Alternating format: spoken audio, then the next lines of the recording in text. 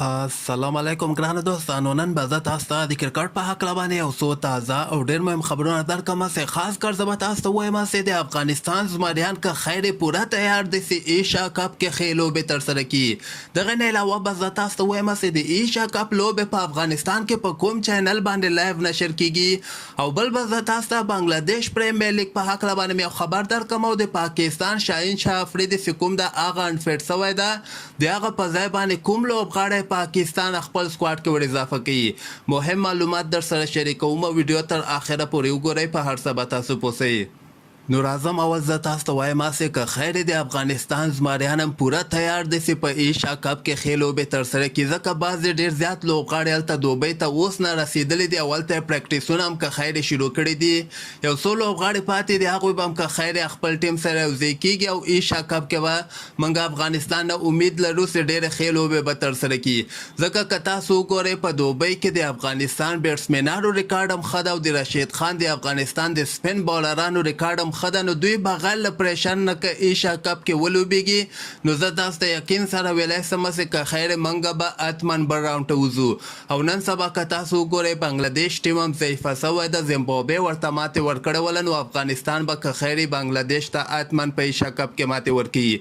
او نن هم دغه د ایشیا کپ کوالیفاین لوبې چې کومې دي د هغې یوه لوبه ترسره شوله. هونګ کونګ چې کوم د هغوی سنګاپور سره لوبېدلې وله او دغه لوبه بیا هونګ کونګ په 8 رنزو باندې ګټلې ده. 109 رنزه ټارګټ یې سنګاپور ته ورکړی او سنګاپور 140 پورې دغه رنزونه رسولي دي او همدغسې اووه لوبغاړي موټ شوي دي او ټول اورونه پوره شوي دي. 8 رنزو باندې هونګ کونګ دغه لوبه ګټلې ده. او دغې نه علاوه نن د هندوستان او د زیمبابوې هم دویمه 50 اوریزه لوبه ترسره شوله او دغه لوبه هم هندوستان ډېر په اسانۍ سره ګټلې ده. 162 رنزه ټارګټ زیمبابوې ورکړی او هندوستان بیا 26 اور کې دغه ټارګټ پوره کړی ده. 15 لوبغاړي موټ شوي دي. 15 وکټو باندې هندوستان دویمه 50 اوریزه لوبه هم له زیمبابوې نه ګټلې ده. او بل به زه تاسو ته وایم چې د پاکستان ډېر خطرناکه لوبغاړی یعنې فاست بالر شاهین شاه افریدي چې کوم ده دغه هم انفیټ شوی ده او د ایشیا کپ سکواډ نه ویستل شوی ده چې اوس پاکستان کرکټ بورډ ګوري او بل لوبغاړی د ده په ځای باندې سکواډ کې ور اضافه کړي. خو د پاکستان د کرکټ زیاتره مینوال بیا د محمد عامر غوښتنه کوي. نن په پاکستان کې په ټرینډینګ کې محمد عامر روان و چې دوی دغه غوښتنه کوي چې باید شاهین شاه افریدي په ځای باندې دوی محمد عامر په ایشیا کپ سکواډ کې د پاکستان سکواډ کې یعنې ور اضافه کړي. او د هندوستان خلاف د محمد عامر ریکارډ هم ډېر ښه ده. نو باید محمد عامر په ایشیا کپ کې د پاکستان لپاره لوبه ترسره کړي. نو ګورو پاکستان کرکټ بورډ هم که خیر سبا یا بله ورځ پورې دغه د شاهین شاه افریدي په ځای باندې چې کوم بالر دوی سکواډ کې ور اضافه کوي هغه به که خیر موږ ته معلوم سي. او بل به زه تاسو ته وایم چې د ایشیا کپ لوبې خو په ډېرو زیاتو چینلو باندې لایو نشر کیږي. یعنې 10 سپورټ، پی ټي وي سپورټ، سټار سپورټ چینل، سکای سپورټ، ویلو ټي وي، سوپر سپورټ باندې نور هم ډېر زیات چینلونه دي. موږ او تاسو ورکې ډېر په اسانۍ سره دغه لوبې کتلی شو. خو په افغانستان کې اریانا تلویزیون نن دغه اعلان کړی ده چې په افغانستان کې به د ایشیا کپ دغه ټولې لوبې په اریانا تلویزیون باندې د افغانستان د کرکټ مینوال که خیر وګوري. او دې نه علاوه به زه تاسو ته وایم چې سریلانکا هم خپل لوبډله ایشیا کپ ته اعلان کړی دی. یعنې ټولو کې آخر کې سریلانکا خپل لوبغاړي ایشیا کپ ته اعلان کړي دي.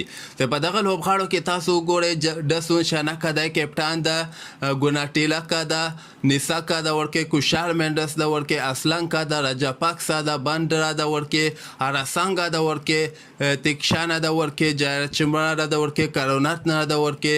نو دغه لوبغاړي دي او دغه دشمن ته چمبر هم د ورکې دنیش چندرمال پخوانی لوبغاړی او دوی بیا دغه دوباره د ایشیا کپ سکواډ کې د سریلانکا یعنې راوستلی ده. نور دغه بقایا زیاتره ورکې نوي لوبغاړي دوی یعنې نوي لوبغاړي ډېر ښه ځلېدلي دي، هماغو باندې اعتبار یې کړی ده او هماغه لوبغاړي په سکواډ کې شامل کړي دي. او دغه خبره به زه تاسو ته وکړم چې سریلانکا اولنۍ لوبه د همدغه میاشتې په 28 اګست باندې افغانستان سره په ایشیا کپ کې که خیري لوبېږي. او په اخره کې به زه تاسو ته ووایم چې دغه بنګلادیش پریمیر لیګ چې کوم ده دغه هم جنوري میاشته کې بنګلادیش دغسې پلان نیولی و چې موږ به بنګلادیش پریمیر لیګ په کال 2023 جنوري یعنې اولنۍ میاشتې کې به یې ترسره کړو.